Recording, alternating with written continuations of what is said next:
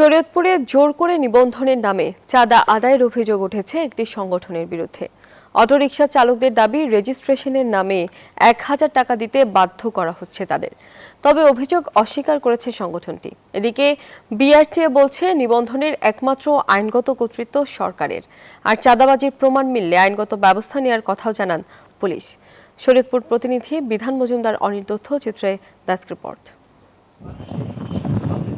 শরীয়তপুরে autorickshaw চালকদের কাছ থেকে জোর করে চাঁদা আদায়ের অভিযোগ উঠেছে। চালকদের অভিযোগ, প্রতিটি গাড়ির জন্য ১,০০০ টাকা করে দিতে বাধ্য করা হচ্ছে।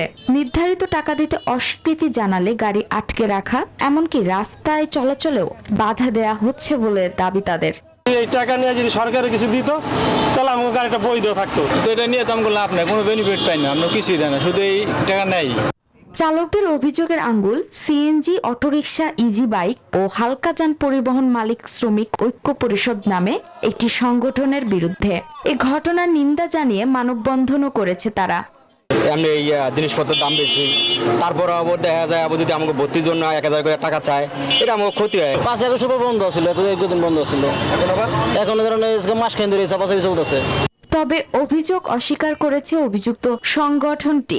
আমরা যে প্লেটগুলো করছি এখানে খরচ আছে, আমরা স্ট্যান্ড কমিটিগুলো করছি, সেই স্ট্যান্ড কমিটির তাদের খরচ আছে, যারা পরিচালনা কমিটি আছে তাদের খরচ আছে। আমরা তো সীমিত, যেই খরচটা হয় একটা গাড়ি ২০০-৩০০ টাকা আমরা নেই।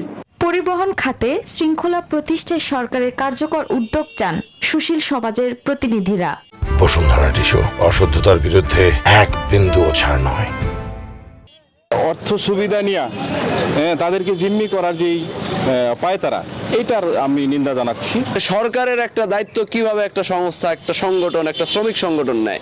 বিআরটিএ এর বাইরে মোটরযান নিবন্ধনের জন্য টাকা নেওয়া সম্পূর্ণ বেআইনি বলে জানান এই কর্মকর্তা। মোটরযানের শুধুমাত্র নিবন্ধন দিতে পারে বিআরটিএ, আর কেউ এটা নিবন্ধন দিতে পারবে না। কেউ যদি দিয়ে থাকে সেটা আইনের ব্যর্থ ঘটাচ্ছে। অবৈধভাবে চাঁদা আদায়কারী সংগঠনের বিরুদ্ধে আইনি পদক্ষেপের সুযোগ রয়েছে বলে জানান জেলা পুলিশের ঊর্ধ্বতন এই কর্মকর্তা।